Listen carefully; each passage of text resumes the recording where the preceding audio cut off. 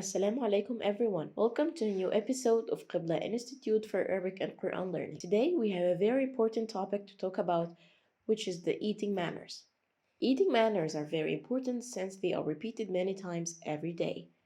They must be done properly, whether eating alone, with friends, or with family.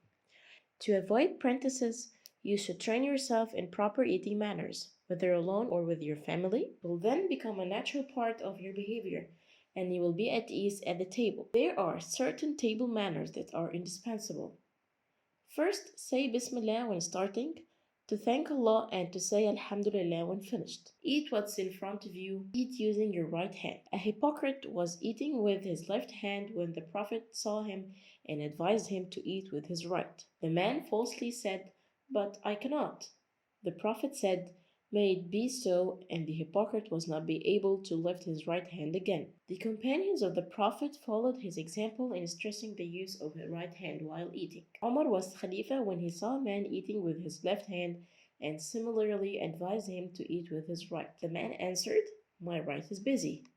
Omar repeated his request and the man repeated his answer. Omar asked him, "What's busy with it?" The man answered that had been severed in one of the battles. Omar blamed himself for not noticing such handicap and ordered the treasurer to provide the man with a servant to help him. If eating with your hand, use 3 fingers with smaller bites, lifting it gently with ease to your mouth. Close your mouth while eating to avoid unnecessary noises. To eat on the floor is the nearer to what the Prophet Muhammad used to do. However, it's no problem to eat at a table. Imam Ghazali said, "To eat at a table is to make eating easier, and there is nothing against that." Do not start eating ahead of the elders or the nobles. If you are the elder, do not commence eating before everyone is at the table. It is preferred that eating should not be conducted in silence. It's good manners to talk during meals. Topics should be nice stories suitable for eating.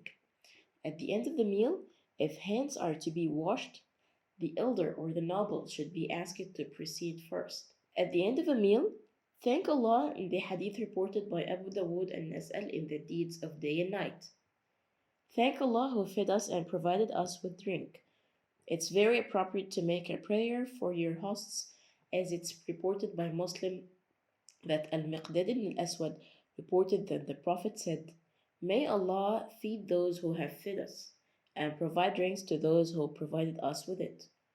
Do not express your disapproval or dislike of certain foods. Either eat it or pass it over quietly. Abu Huraira reported that the Prophet never expressed his dislike of a food. If he liked it, he will eat it. If he doesn't like it, he will set aside. Do not put your plate too much food that you cannot eat. Leftovers could be thrown away and wasted, while they shouldn't be. Put smaller portions twice rather than one large portion that you will not eat. The Prophet did not approve of leaving any food in a plate since he said, "You don't know which portion is blessed." Food is a blessing of Allah.